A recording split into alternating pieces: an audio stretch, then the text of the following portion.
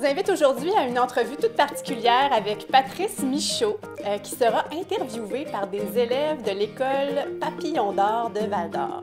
Donc, ces élèves, de la maternelle à la 6e année, ont plongé dans l'univers de la soupe aux allumettes de Patrice Michaud et ont sorti des questions qui les préoccupent par rapport à son travail d'auteur, sa démarche artistique, puis des questions un petit peu personnelles aussi. Alors, je vous invite tout de suite à écouter cette entrevue. Je m'appelle Julia, j'étais en 2e année et ma question c'est pourquoi devenir auteur? Ben, Julia, j'ai décidé de devenir auteur par surprise. Je pense que quand j'ai eu mes enfants, moi j'ai un garçon, Loïc, qui a 9 ans, et une fille, Ève, qui a 7 ans, puis je leur ai raconté beaucoup d'histoires. Puis à un moment donné, je pense que j'ai eu envie d'inventer ma propre histoire. Puis c'est comme ça que je suis devenu un auteur. Allô, moi je m'appelle Lydia Berger, je suis à l'école Papillon d'Or. À quel âge as-tu commencé à avoir cette passion? Oui, si on parle des livres, parce que je pense que mon premier amour artistique, c'est les livres. Moi, j'aimais beaucoup lire bien avant d'avoir l'idée d'écrire. J'ai commencé à lire vraiment passionnément au début de l'adolescence. Quand j'étais enfant, j'aimais ça, mais pas plus que ça. Puis vers 12-13 ans, j'ai vraiment découvert le monde des livres. Puis je me suis mis à lire à tous les jours. Je traînais un roman dans mon sac à dos. Je lisais dans l'autobus, dans les pauses à l'école, chez moi. Fait que c'est au début de l'adolescence que j'ai vraiment commencé à beaucoup aimer les livres. Bonjour, je m'appelle Maxence, j'ai 6 ans. Bonjour, je m'appelle Laurence, je suis en 5e année. Pourquoi un chanteur a écrit un livre? Pourquoi as-tu décidé d'écrire un livre? Ah, c'est une bonne question, ça, Maxence et Laurence. Ça rime en plus, vos prénoms riment. Pourquoi? Je ne sais pas, mais je pense qu'on a surtout le droit de faire ce qu'on veut. Si on a envie dans la vie, peu importe son âge, d'essayer quelque chose de nouveau, ben, je pense qu'il ne faut pas s'empêcher de le faire. Même si, moi, j'aimerais ça, là, rencontrer un électricien ou une cuisinière ou un boulanger ou une chauffeuse d'autobus qui, à un moment donné, décide d'avoir envie d'écrire un livre puis qu'ils le font. Pourquoi pas? C'est ça. Ma réponse, ce serait pourquoi pas? Est-ce que tu trouves qu'il y a un lien entre les mots de tes chansons puis les mots d'un livre? Parce que les deux font appel à la langue, dans le fond. Est-ce que tu trouves qu'il y a un lien entre les deux formes d'art? Oui. Absolument. Je trouve qu'il y a un lien très fort entre l'écriture des chansons puis l'écriture d'un livre. Surtout un livre jeunesse parce que un livre jeunesse, ça ne contient pas 350 pages. C'est souvent plus court. Fait qu'il faut bien choisir ses mots pour bien se faire comprendre, pour être drôle, pour être touchant. Fait qu'il faut dire beaucoup de choses en peu de mots. Puis une chanson, c'est pire encore. Une chanson, c'est pas très long. Puis ça contient pas beaucoup de mots. Fait qu'il faut que chaque mot soit bien choisi. Puis Dieu sait qu'il y en a du choix. Là, hein? En français, il y en a des synonymes qu'on pourrait choisir pour dire telle ou telle affaire. Fait que oui, il y a plein de liens entre l'écriture des chansons et l'écriture d'un livre pour enfants. Bonjour, je m'appelle Léon. Voici ma question. Pourquoi avez-vous choisi ce sujet pour votre livre? Ah, c'est une bonne question, Léon. Écoute, moi, je considère que dans ce qu'il y a de plus beau dans la vie, il y a l'amitié. L'amitié, c'est super important. Il faut prendre soin de ses amis.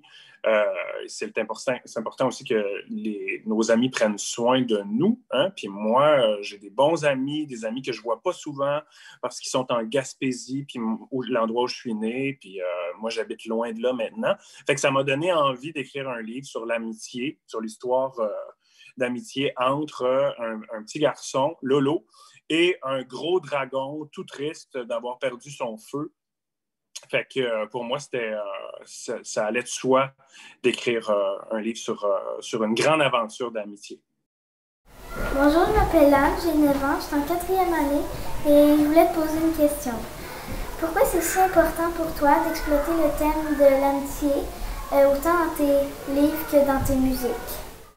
Absolument. Puis c'est drôle, c'est drôle qu'on en parle parce que j'ai écrit, je pense avoir écrit, dans mes dernières chansons que j'ai écrites, ça parle beaucoup d'amitié. On dirait que c'est dans ma vie présentement. Peut-être que durant le confinement puis la période de la COVID, on n'a pas eu autant de contact avec nos amis qu'on aurait aimé avoir. Puis ça crée un genre de vide. Puis les mots, parfois, ça peut nous aider à le remplir, ce vide-là. Fait que c'est un peu pour ça aussi, je pense, quand j'y réfléchis bien, que j'ai écrit sur l'amitié. C'est précieux, hein? C'est quelque chose qu'il faut conserver puis dont il faut prendre soin. Puis c'est un thème tellement grand. On peut parler d'amitié dans toutes les directions, sous toutes les formes. Ça peut être touchant, ça peut être drôle, ça peut être fou. Puis la littérature jeunesse, ça nous permet d'aller dans toutes ces directions-là, puis des fois en même temps. Fait que ça m'attirait beaucoup. Bonjour, je m'appelle Floriane Corriveau, je suis en 4e année à l'école Papillon d'Or. J'ai 2 questions à te poser. La première, c'est qu'est-ce qui t'a inspiré d'écrire ce livre? Et la deuxième, ça t'a pris combien de temps d'écrire ce livre? Et ce livre, je parle de La soupe aux allumés. Très bonne question aussi. Qu'est-ce qui m'a inspiré? Plein de choses. Moi, j'ai souvent, j'aime ça dire que j'ai toujours des antennes paraboliques qui sont ouvertes puis qui captent toujours, en tout temps, sauf quand je dors. Puis encore, je ne suis pas sûr. Peut-être que ça capte encore quand je dors. Fait que j'essaie de prendre des idées partout autour de moi, mais évidemment que mes enfants m'ont beaucoup inspiré aussi. Puis c'est pas pour rien que le personnage du garçon s'appelle Lolo.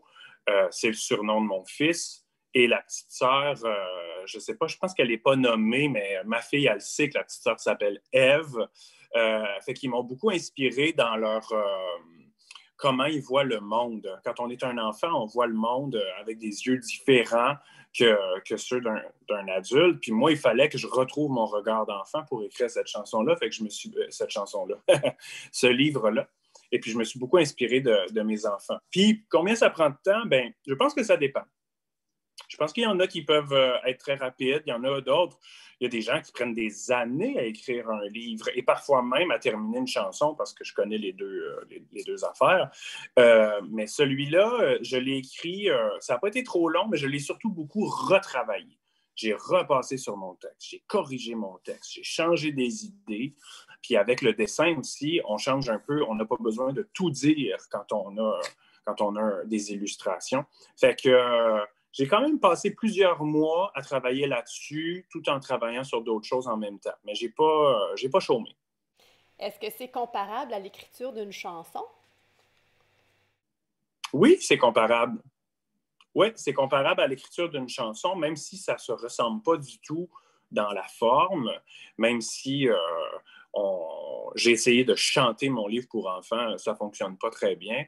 Mais ça se ressemble, surtout parce que moi, je travaille de la même manière. J'essaie d'étirer mon travail dans le temps. Je prends mon temps pour faire les choses. Moi, je suis dans l'histoire du... c'est quoi? C'est le lièvre et l'escargot? Je ne me rappelle pas la course entre le lièvre et l'escargot. Moi, je suis beaucoup plus proche de l'escargot. J'avance lentement, mais je ne m'arrête pas. Puis je sais que je vais finir la course de toute façon. Fait que comme je travaille sur plusieurs projets en même temps, des chansons, des livres, des spectacles, de la télévision, ça me prend un peu de temps. Mais ça finit par se ressembler un peu, le choix des mots, avoir les bons effets au bon moment. Fait que, oui, vu que quand j'y pense, les deux démarches se ressemblent pas mal. Puis je suis pas sûr que j'aurais écrit un livre pour enfants si j'avais pas d'abord écrit beaucoup de chansons. Ça m'a aidé à ne pas avoir peur d'aborder un projet d'écriture pour la première fois. Allô, je m'appelle Charliane, j'ai 8 ans, je suis en 2e année. Comment s'appellent tes enfants? C'est une fille ou un garçon? Bien sûr. Alors, j'ai un garçon qui s'appelle Loïc. Son surnom, c'est Lolo, comme le personnage de la soupe aux allumettes. Loïc vient tout juste d'avoir 9 ans. Puis si vous trouvez que j'ai les joues rouges, là, c'est parce que j'ai passé la journée hier au terrain de soccer avec lui puis 2 amis de sa classe pour célébrer son anniversaire. Fait que j'ai pogné un petit coup de soleil, ça fait du bien. Et puis, j'ai une fille aussi, Ève, qui a 7 ans. Donc, elle est en première année. Et puis voilà, c'est les amours de ma vie. Et puis, ils vont très bien. Puis, ils ont hâte que l'été arrive, comme tout le monde. Puis, ils ont hâte de se baigner, surtout. Ils pensent juste à ça. Bonjour, je m'appelle Elie, je suis en 6e année. Puis, voici ma question. De quelle manière tes enfants t'ont-ils inspiré pour créer cette histoire? De plein de manières. Moi, là, j'ai un petit cahier secret dans lequel je note beaucoup, beaucoup de phrases que mes enfants vont dire. Puis ça, je le fais depuis qu'ils sont tout petits. Des fois, c'est super drôle. Des fois, c'est juste bizarre et beau. Des fois, c'est très, très touchant aussi. Fait que, puis c'est arrivé que j'ai récupéré des phrases que mes enfants ont dit, puis que ça m'a inspiré quelque chose dans une chanson ou dans le livre aussi. Parfois, je leur ai carrément demandé leur avis. Comme à ce moment-là, Lolo et le dragon, ça ne fonctionne pas pour allumer le feu. Ils ont essayé le charbon, ils ont essayé l'allumage préhistorique. Qu'est-ce qu'ils pourraient faire? Ah, ben, ils pourraient aller prendre une bouchée du soleil. Oh, la bonne idée! Fait que là, je la note, puis après ça, je la mets dans mon moulin à idées, puis là, ça se mélange, puis souvent, j'utilise des idées que mes enfants vont me donner parce qu'ils sont remplis d'imagination. Bonjour, je m'appelle Béatrice René, j'ai 9 ans et je suis à l'école Papillon d'Or. Aujourd'hui, j'ai 2 questions à te poser. La première, combien d'albums de musique as-tu écrit? La deuxième, quel style de musique aimes-tu? Oui, j'écoute de la musique pendant la création. Pas toujours. J'écoute beaucoup de musique dans la vie, ça c'est sûr. J'aime beaucoup de styles de musique. Mais pendant que je travaille, si y a un chanteur ou une chanteuse qui chante, ça me dérange. On dirait que je suis porté à écouter les paroles. Puis ça, ben, on dirait que ça me sort de mon travail.